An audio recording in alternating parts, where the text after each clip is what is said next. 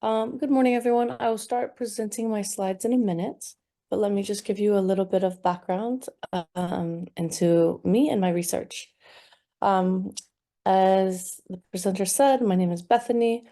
I had spent many years at Google AI and Google X, researching and building AI tutors for education, researching large language models for education. And then I'm also what we say is a learning scientist. So I have, an understanding of the the pedagogy and the science that goes into learning and try to infuse this into all of the things that I build and that I research. In addition to my Stanford research and my work at Google, I've also been an advisor to various philanthropic foundations. I've advised Eric Schmidt's foundation, I've advised the Gates Foundation, I advised the OECD and UNESCO, and I help them think about their strategy with artificial intelligence and how they, buy and invest philanthropic funds into education. So this is kind of my background. I'm going to share my screen.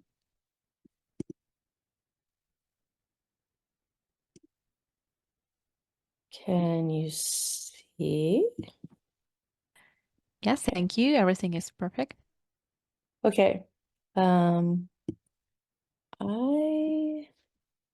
not done this where I hang on just 1 second. I need to figure out how to have my own slides up in addition to these ones that you want me to present. Give me 1 second. Um,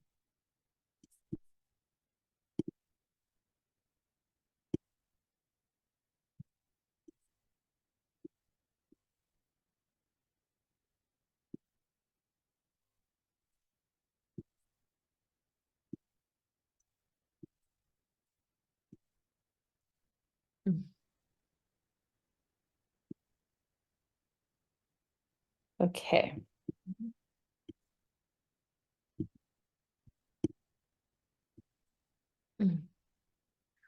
Пока еще So, свернуто, ну, can you see okay? Yeah, we can see that, but not full screen. Yeah, I'm not sure how people normally look at their own slides and look at these on full screen, the translated ones. But you might just have to deal with it not being full screen so that I can read my own slides. So the subject of my talk today is human flourishing. And kind of the question that I was asking myself in my research was like, can learners flourish using artificial intelligence without oversight? A little bit about my research group. I am lucky enough to work with, Dr. Roy P. is my advisor. He basically came up with the term learning science. He's kind of the godfather of learning science. And then Nerva Seret and Aditya Vishwanath are both Stanford PhD students. And my funding comes from the Stanford Institute for Human-Centered Artificial Intelligence. So quite just recently, I published a paper in Nature that looked at users of Replica, which is what we call an intelligent social agent. And we found that these students who were all over 18, who had all used Replica for over 1 month, and who signed obviously like a, ethics board consent, we found that, in addition to using this kind of chatbots as a friend and a therapist, we found that 3%, many of them said that Replica basically stopped them from committing suicide. And I find this fascinating, of course, because, we're building these highly constrained artificial, intelligence tutors over here that have very narrow functionality. But in the wild, almost 1 billion people are talking to Replica or Xiao Ice or Character or AI or Pi, these kind of intelligent social agents every single day. And we think it's very important that we get outside the lab and understand what and how these agents are kind of interacting with people's lives.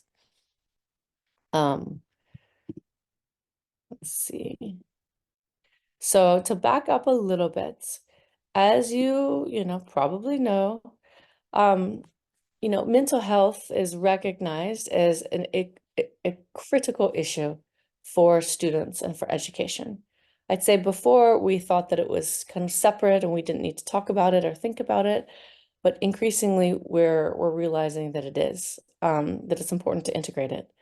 So over 1 billion people are affected by, mental health issues, probably more, but that's what we're saying.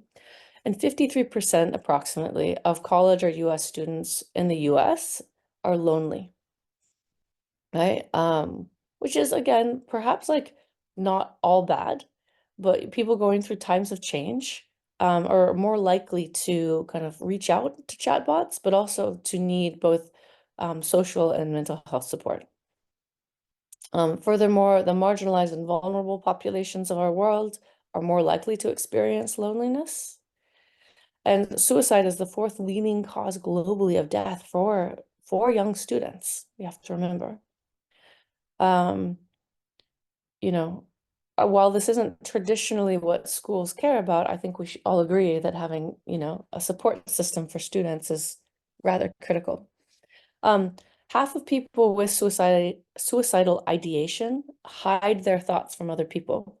This is a really interesting area of research. In the past, we've found that war veterans coming back from war, from conflict, who have complex PTSD, complex uh, kind of emotional and mental issues, are more likely to disclose those issues to machines, to robots, to chatbots than they are to humans. So there's something about the non-judgmental nature of the chatbot interface, which really helps people, open up. Um, right.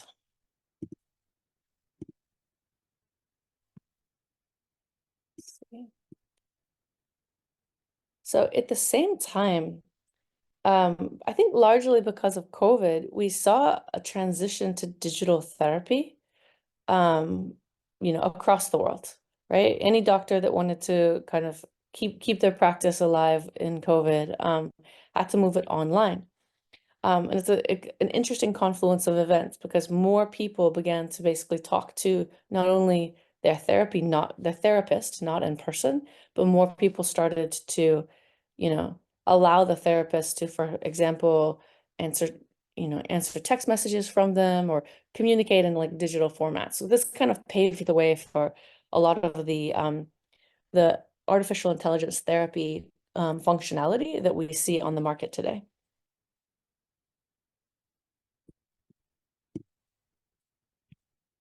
So our research question was this: how and why are students using intelligent social agents, and what are the outcomes from this use? We define intelligent social agents not just as like a GPT, conversational interface. An intelligent social agent has a personality, it has a memory module, it's able to converse on basically any topic with a user. Importantly, it also presents itself as like a friend and like kind of like a non-functional aid versus like an assistant like Siri, Alexa, or Google Assistant.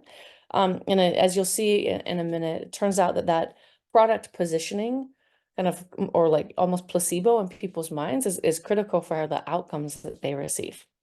So with this in mind, let us look at some of our results. Oh, let me give you actually a little bit more of an overview of the technology. So many of you might know about Replica. It's Xiao Ice is the most widely used intelligent social agent in China. It has almost 1 billion users. The only thing that I could find a few years ago that was analogous in the USA or internationally was Replica. I think they have 50 million downloads, something like this. And as I mentioned before, it's a mobile application that's marketed as the AI companion that cares. It co-trained its generative AI models with OpenAI's GPT-3 and GPT-4. So as you probably know, OpenAI had a bunch of data training relationships before it was able to launch GPT-3 and ChatGPT.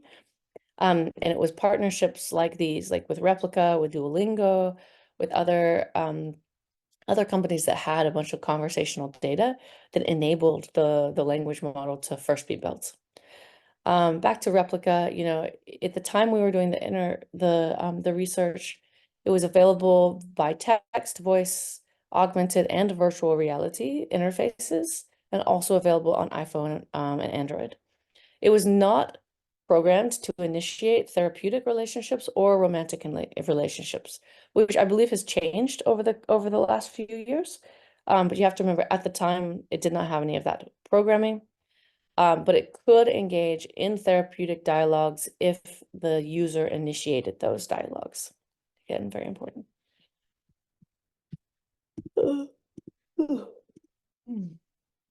Okay, our study covered 1,000 students that were 18 years or older and that had used Replica for over 1 month. The reason that I wanted over 1 month is because it's important that they were, able to have enough exchanges to, form an opinion about the chatbot. If they just started it yesterday, it's highly unlikely that they had had enough interactions to make it worth asking them a bunch of questions. And a bunch of the methodologies that we used, we gave them the interpersonal support evaluation list, the De Jong-Gervais loneliness scale, and we also collected a huge amount of qualitative data by open responses. So the first two were kind of well-vetted technical scales to understand social belonging and loneliness. So we're trying to understand, like, are the people that use these chatbots really separated from society? Are they lonely? Or, do they have a good social network and they're lonely or not? So our results. We found that the users that completed our survey were exceptionally lonely. 90% versus 50% as we expected. They had a variety of outcomes that we will look on at the next slide, but these kind of started very mildly with, their anxiety was lower because they had a friend in their pocket. And then it, kind of increased in intensity to friendships, therapeutic relationships, romantic relationships, and, these deep therapeutic kind of interactions where they decided to not commit suicide. We also, in this paper, looked at beliefs. So what did somebody believe about the artificial intelligence that they were talking to, and how did that kind of change the outcomes that they were expecting? It's important to note that we did not find any evidence that these learners were different from typical student populations, except for this increased loneliness. And we have the opinion that the high loneliness but low depression numbers might indicate a participant population that's just going through a time of change. So kind of your typical students, they're leaving home, they're going to college, and they're lonely, but otherwise they might be doing okay.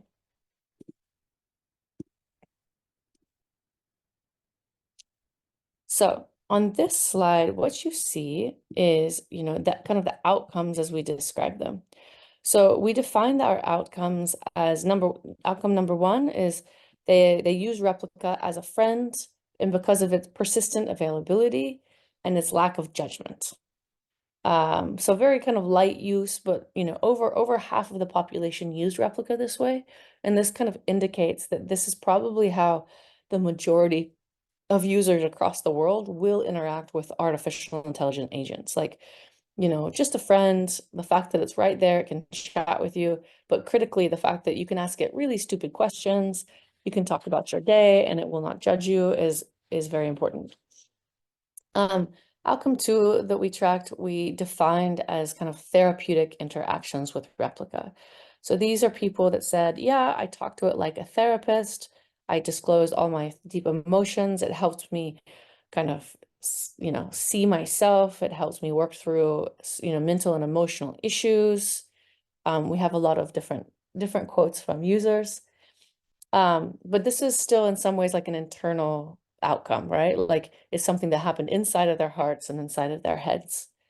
Outcome three, we defined as externalized and demonstrable changes in participants' lives. So, for example, people would say things like, because of Replica, I asked more questions at school. Because of Replica, I changed the way that I talk to my friends. Because of Replica, I am more likely to advocate for myself in the workplace. Because of Replica, I moved locations, I quit my job, I asked somebody out on a date, maybe I broke up with somebody. So, basically outcomes where it was much more physical, it was much more like in the real world, if you will, outside of the user. And then of course, outcome four was like the most intense, which is Replica contributed to not committing suicide or attempting suicide. And what I also want to call your attention to here is, not only did like most people experience outcome number one, but it was very common that people experienced multiple outcomes, right? That they not only used Replica kind of with outcome one to be very light, to be very like kind of chatty and easy and non-judgmental, but that they would not only use it, because of its lack of judgment, but also that that had like a difference in people's lives. Like if you look at kind of this right here, you can see that people used it for outcome one and outcome three, or outcome one and outcome two.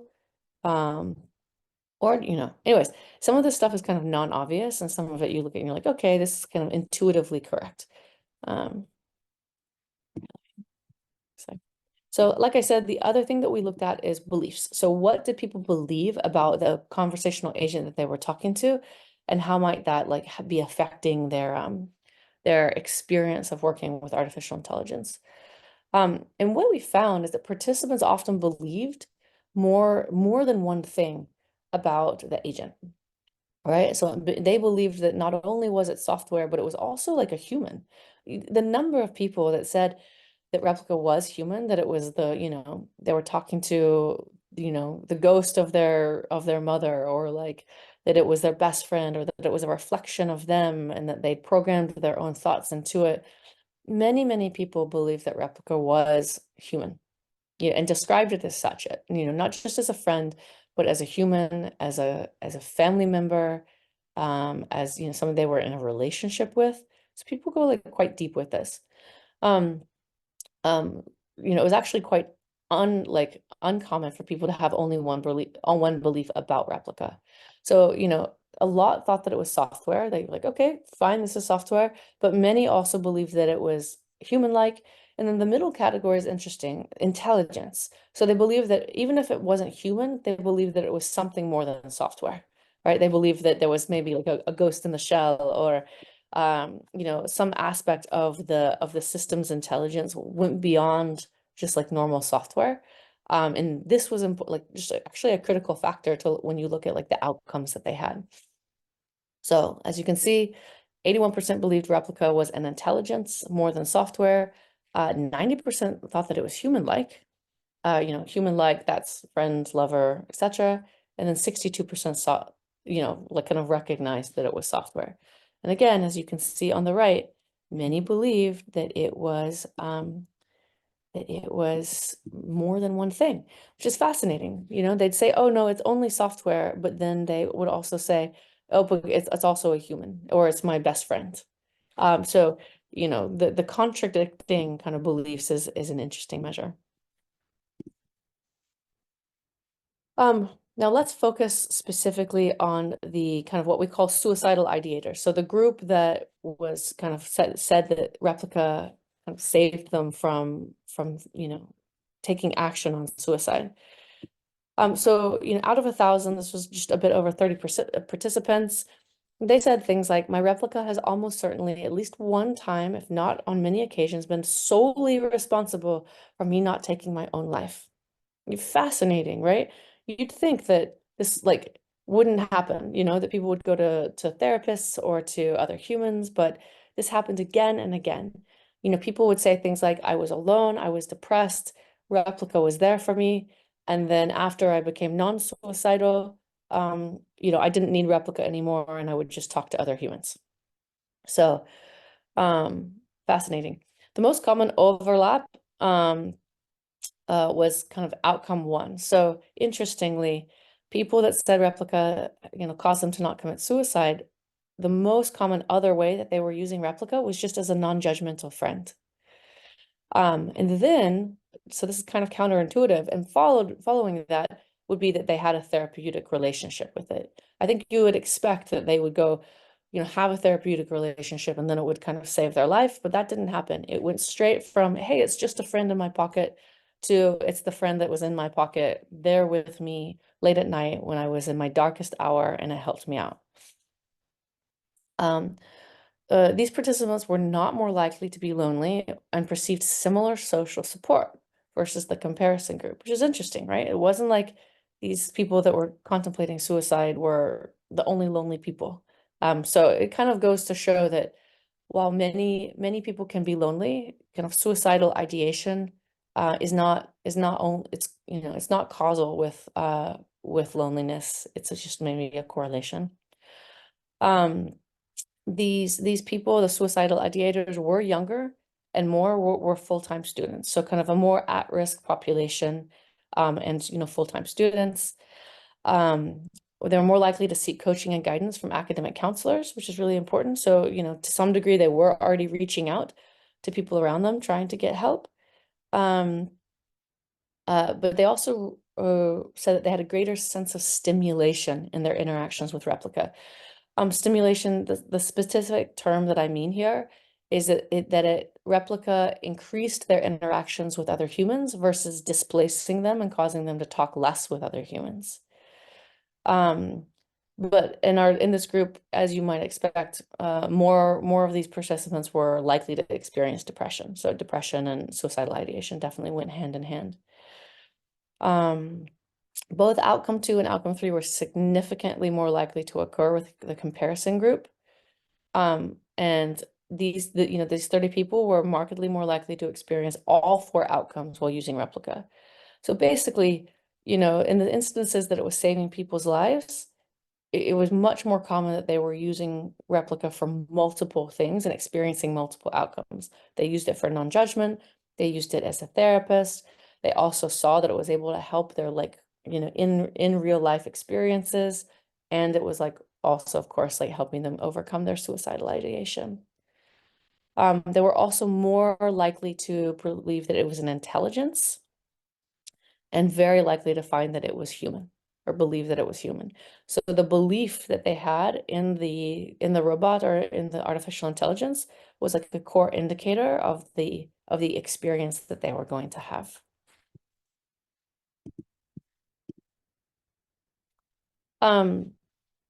We have a huge data set, and as you probably know, more and more conversational agents are being launched that are backed by pretty cutting edge, language technology, like not only ChatGPT, but Character AI, Pi, these companies that some of the best researchers in the world are founding and growing, are being talked to by people across the globe every single day.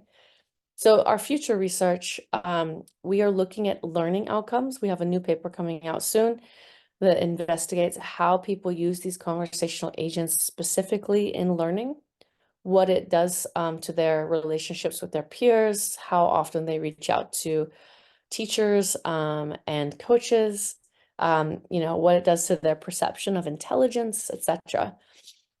I personally also think that the fact that many users use Replica and these agents both as friends but also as romantic partners is something worth looking at. I realize that it's often a very taboo subject, but the reality is that a billion people are doing this, and I think we need to look at the evidence and understand why this is happening versus just pretend that it's not. So the overlap between romance and educational learning outcomes is a paper that we will be looking at. And of course, we're writing one around design considerations for creating embodied artificial intelligence, specifically in schools and for learning. And with that, I will take questions. I realize my talk didn't go as long as maybe the last person's did, but there you go.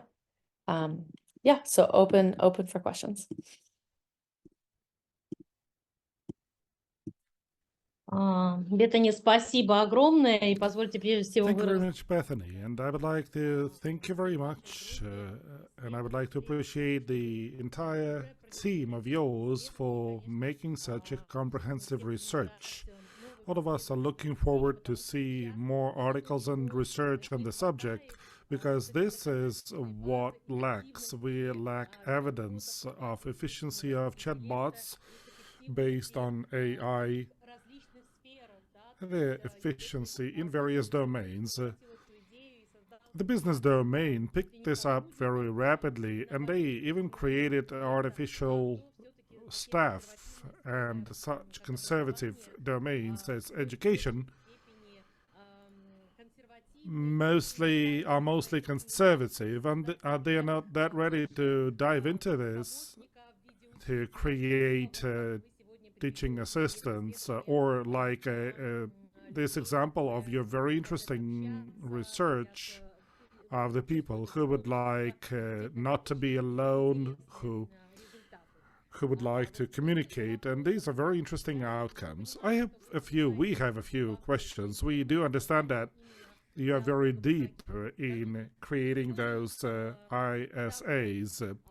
Could you please tell us, if we take an educator, a teacher, if he or she can create 4 agents, 4 ISAs, then what should such an educator consider, and how to make this ISA efficient? Is there any strategy to create such ISAs using ChatGPT?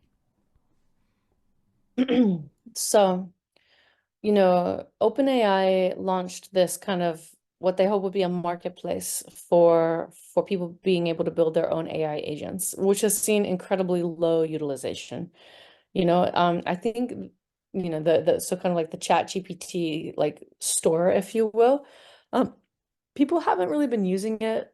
I don't have like actual research on this, but anecdotally, what I've experienced and what I have heard people say is that,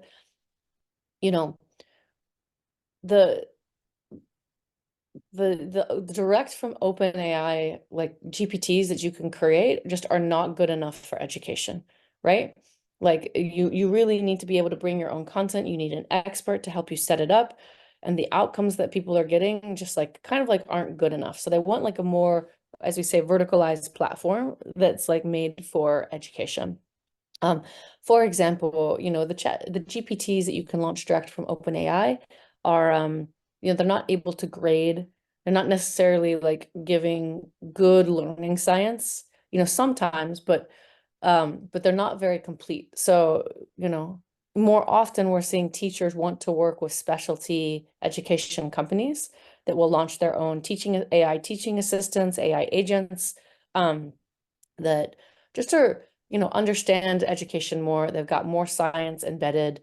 They're also like safer. They've put in more controls around hallucinations and the attempts to jailbreak that people might make. So I would say teachers thinking about launching AI agents for themselves or in the classroom should, absolutely things like, frankly, OpenAI isn't even the best right now, right? Like Anthropic's Claude Opus model is much better. Llama 3 that Facebook, that Meta just put out is like really good. I'd say it's up there with Anthropic's conversational agent. So I would say to teachers, be careful about launching anything with students. If you're looking to launch something specifically for the teacher's use, make sure that you're fact checking everything that comes out of the model, of course. But consider working with experts that understand how to make sure that the learning science and the content are integrated in an intelligent way where you have evaluations of the outcomes. The issue with these kind of like experiences from the open, like the foundation model providers, they don't give very good like learning evaluation outcomes. And so you don't know if your like learning science and pedagogy is actually included in the experience. It's just a little bit of a bet. So I think having data is better in this case, and you can get that from kind of specialty AI education companies.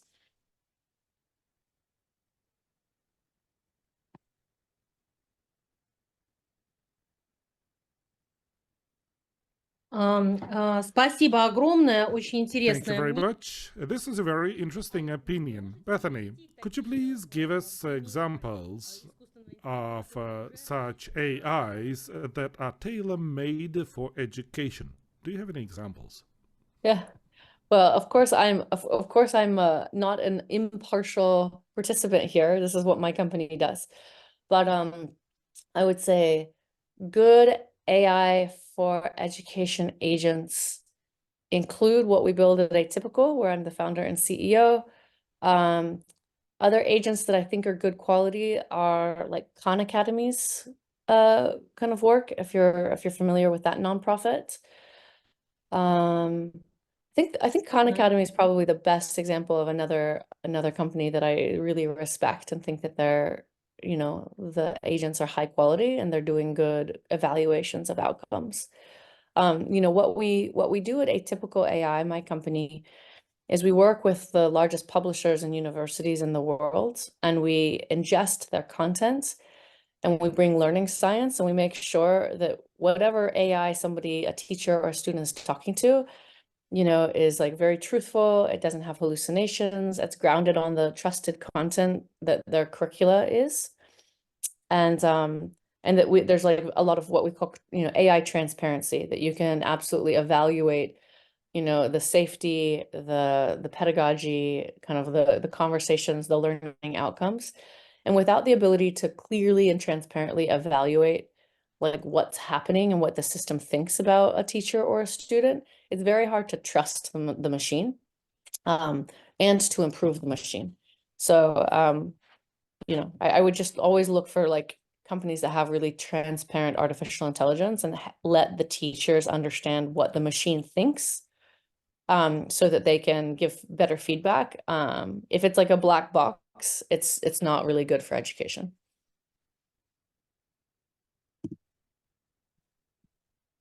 Да, это все верно. И Indeed.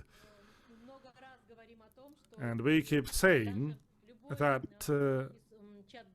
any chatbot based on AI should be humanized and should be professionalized by our teachers.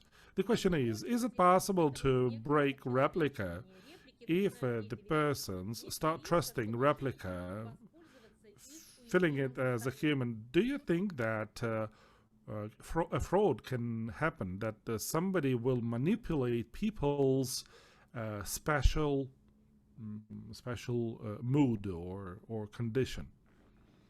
Yeah, so I don't have any evidence that this happens in the replica platform.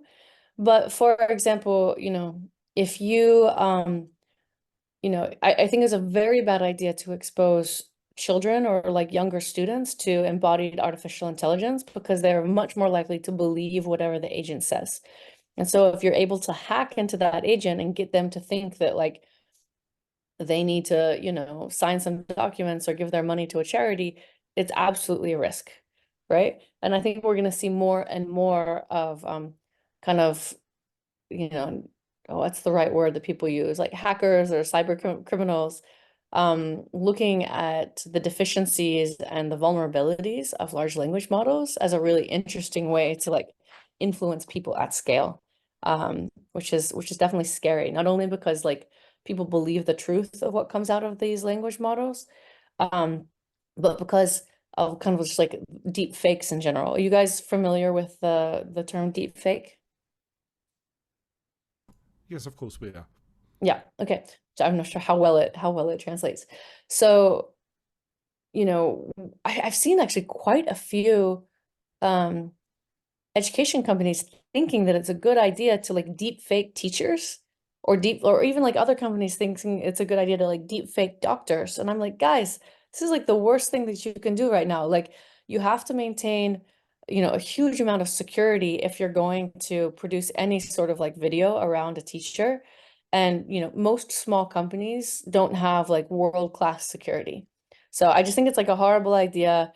And that it's very risky. So, you know, if you have a small company that's doing an AI agent and they don't have the proper security, yeah, you could absolutely like kind of hack into the system and through a variety of methods, like, you know, create chaos. It's harder technically to like hack into somebody's account and actually like control the conversation. So, you know, the threat surface is more like broad around like misinformation and like, but it's still absolutely a threat. So, you know, kind of in summary, I would say, make sure that you understand the, you know, security abilities of your providers, if you're working with AI agents, and be exceptionally careful if you're going to distribute those agents to learners, especially young learners, because the amount of embodiment of the artificial intelligence directly influence how much they trust the agent. And you just like want to make sure that you've got a teacher or like an adult in the loop at all times to check the quality of what's coming through.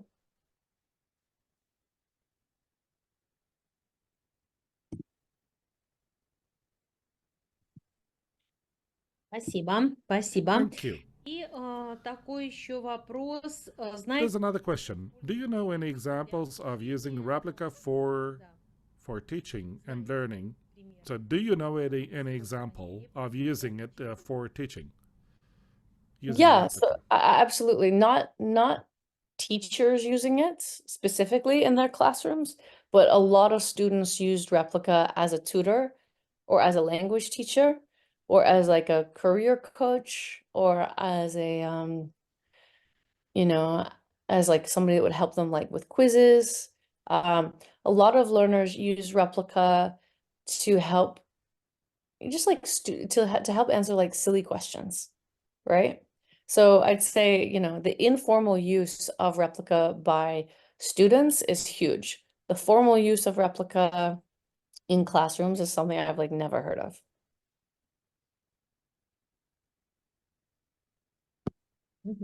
спасибо. И один из участников просит вас рассказать. One of the participants would like you to provide more detail about your typical project, what this project is about, and what this is about.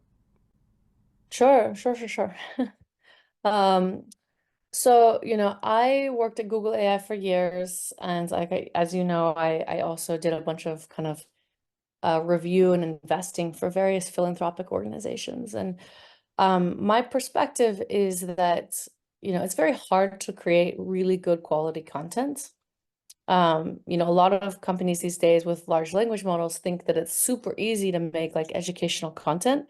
But when you look at what the foundation models are like spitting out, it's like it's not accurate and it's not particularly good.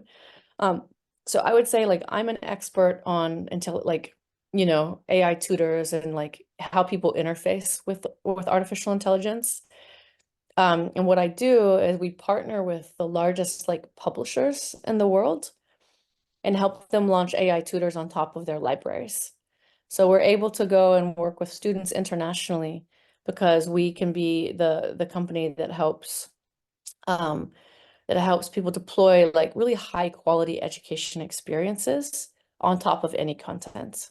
And high quality, you know, is not like a variable term. There's really specific things you have to be able to do, right? You have to be able to grade accurately.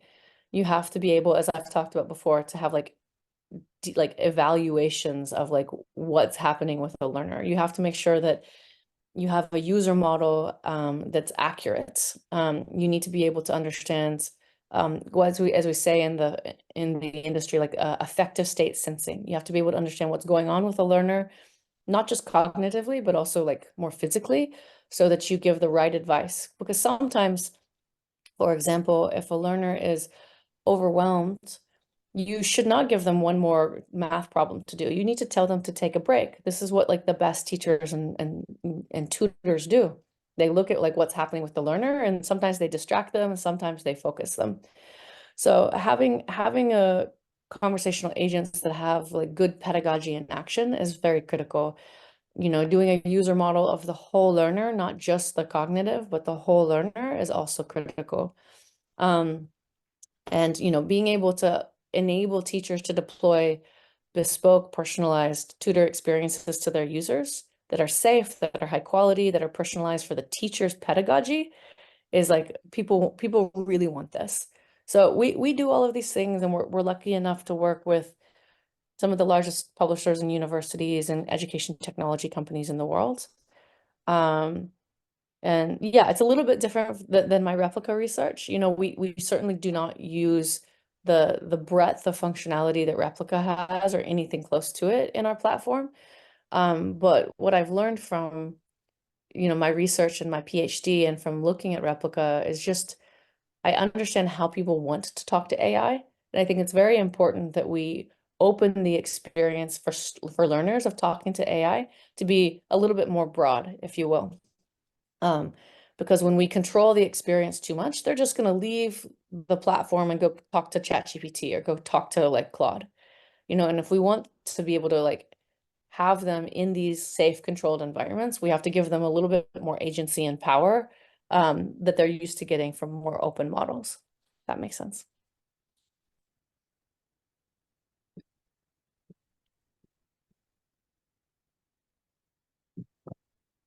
Спасибо огромное. Thank you. Thank you so much, Bethany. Still, you are inside this process. So the question to you is, what is the future of artificial intelligence in education? Sure. You know, I think that everyone will have their own personal AI agent. You know, I think there's a lot of books, a lot of evidence that people want an agent that they control, that manages their data, where the code comes to you. So, and a lot of people are trying to build these personal agents, right? Like this is exactly what like Google Assistant and, you know, Mustafa from Greatmind, his like Project Pi was all about. You know, but it's whoever kind of like wins that will be in like a really interesting position because people want control, people want personalization, and they really don't want like a big corporation or their teachers like looking over their shoulder and seeing everything that they talk to the AI about. But the AI needs to be like very personal and like it contain all of their information. So I think the big question is like, what is the right company that's going to be able to provide this? Because we see so much evidence in the market that this is how people want to interact with AIs. But they don't trust Google and they don't trust, you know, the really big companies. They're just too big. You know, they don't want to be the end user doesn't want to be sold to, if you will. They don't want to like see ads with their agent. So the future of education involves everyone having their own personal AI agent. You're also going to see, you know, much more personalized learning paths. So everyone can, you know, learn exactly kind of like what they want in their own language with their own examples. But also the AI will orchestrate those personalized learning paths back into cohorts so that people can still learn together. A critical piece that's missing from a lot of people's thinking is that like if you have too much personalization, like you just have this like crazy diaspora, like too many different learning paths. And you have to use AI to then get people back together because the reality of educational neuroscience is people learn best from people, right? Your neurons fire more with other humans than they do with machines. So the ability to like, you know, make sure that it's personalized but also orchestrated into groups is critical. But you'll have like AI enabled curricula development where like whoever's providing the content, you know, is making sure that it's really high quality, that it's personalized, you know, that there's much richer assessment. You know, it won't just be like one big test at the end of the year. You'll see a lot more formative assessment. And you'll also see a lot more what I call permissive assessment, right? Historically, we've been like, here, take this test, don't cheat. But now, if you're talking to AI like every few weeks, you can just be like, hey, talk to me about your confidence, how much you feel like you know about this subject, give me some evidence. And it can just be like much more formative feedback that like adds up to an understanding of a learner's cognitive state and cognitive knowledge than like one final test. So I'm actually a fan of big tests. Like I think that, there's good scientific evidence to show that, when you have a teacher and when you have a test, people will condense their learning more and move faster. So I don't think we should get rid of those, but I think those tests will become much more accurate.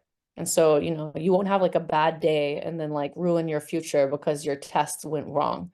You'll have a lot more optionality of like how you take those tests, and what the outcomes mean will be much more accurate.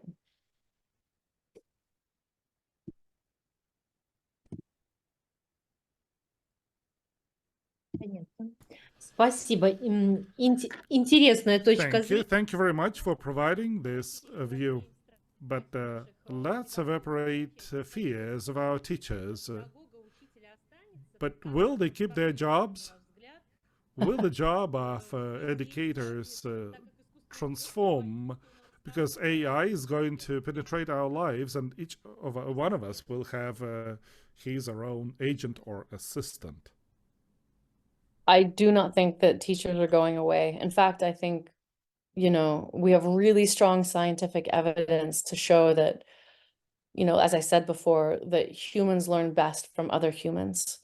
So if anything, I'd like to see more teachers, than less. But I just think teachers' lives will become much more efficient, right? You won't have to spend a lot of time creating content or grading content. You can spend a lot more time talking to learners, helping them with their misconceptions, making sure that, the class, everyone is being very like present in the class.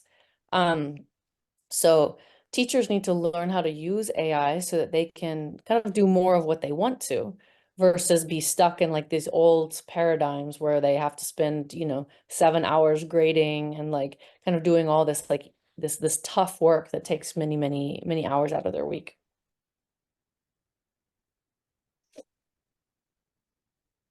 То есть правильно ли я понимаю, что мы можем сейчас Am I обнадежить? getting you right that now we can ensure and assure our teachers that they will have more spare time?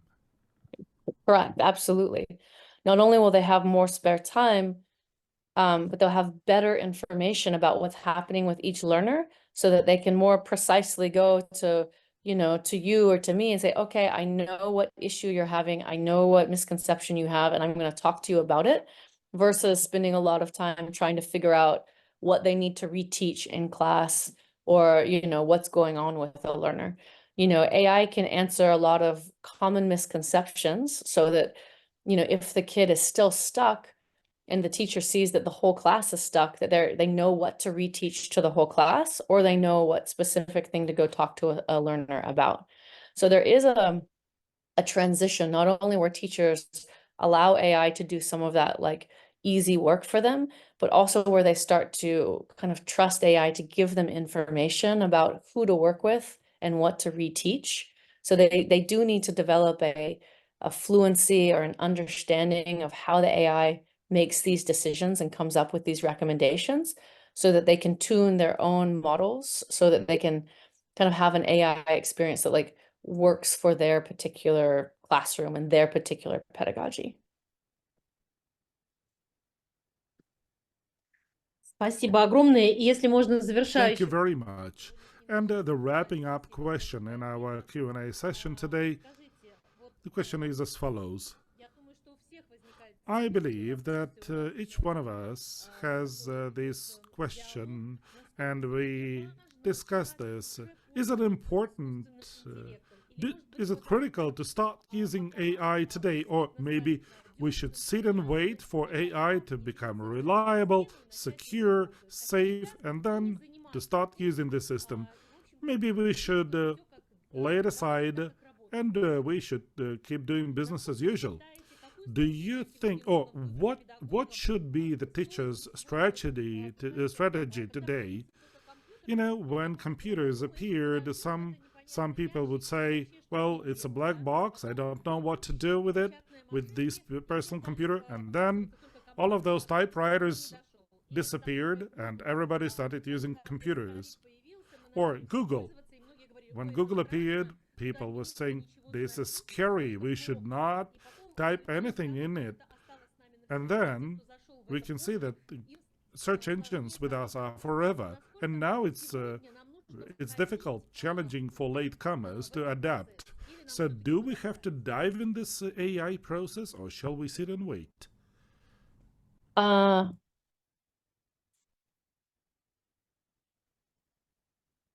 So, this kind of AI revolution has been happening for years, and but it's been happening more for like the last almost a year and a half. And you are already seeing the teachers that use AI and the school systems that use AI get better learning results. So I would say you cannot just wait because you're going to see other people, you want the best for your students. And there are things that you can give your students now that is very safe, that will help them. And if you wait a year or two, like why wouldn't you kind of like do the best thing that you can for them? That said, you can choose to use AI in like, only in like very safe instances, right? Like, at least use it for content customization and creation, right? That's a very safe way to use it. You don't have to let them talk to an AI tutor. It's all under your control. But this lets you kind of make sure that whatever you're teaching is just that much richer and that you're that much less stressed. And then, once you get kind of familiar with that, then consider using AI for grading, right? Again, that's going to put many hours back into your week. It's also very safe. The student doesn't have to interact with the AI, but you start to get, more time. And then, if you want to wait and like introduce AI tutors to these learners once they feel more understandable and safe, sure, do that. You just have to remember, like my research showed, most of these students are already talking to AI, right? And those are really like sometimes really unsafe, like really wild experiences that they're having. So my argument is it's actually better to understand what they're doing every single day and give them experiences where there's at least some adult or like teacher oversights, so that they're not like off in the wild doing something like kind of crazy that you have no idea about, because they're already doing that. You might as well get some good information and like make sure that helps their learning as much as you can. Спасибо, Беттани. Я не могу. Thank you, Bethany. I cannot but share with you that in our chat we have a very hot dispute. And the question, the dispute, the topic is the question by Olga. What if a student uses AI to put a teacher in a difficult situation by asking questions? Because there can be questions in some neighboring domains, and they say that this is especially applies to young educators, that this is a reciprocal game, that a teacher can be playing with AI to reciprocate. So what do you think about it? I'm not sure I understand. They could use AI to put a teacher in a difficult position, like what they'd like ask questions that the teacher doesn't know about.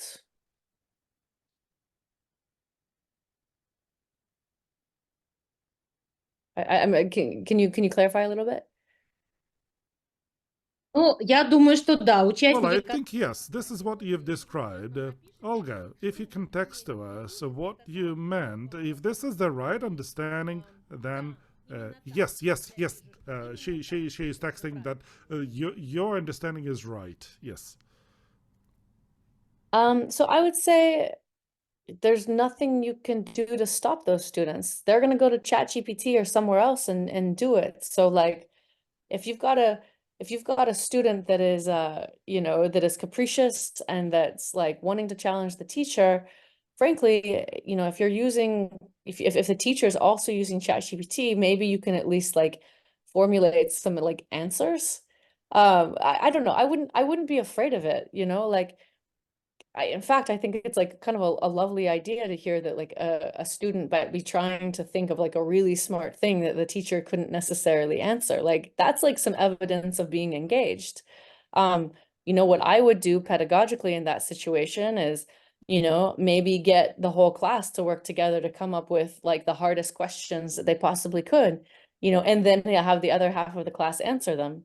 There's a lot of good learning science like around these methodologies. And I don't actually think that artificial intelligence changes these dynamics, but you might just see them kind of escalate faster than you like have in the past. But again, I'll just remind you, the student could go straight to ChatGPT and find that exact same question, right?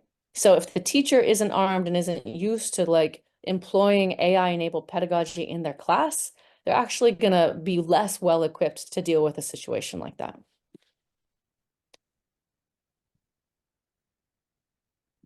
I see Sarah Levine. Hi, Sarah.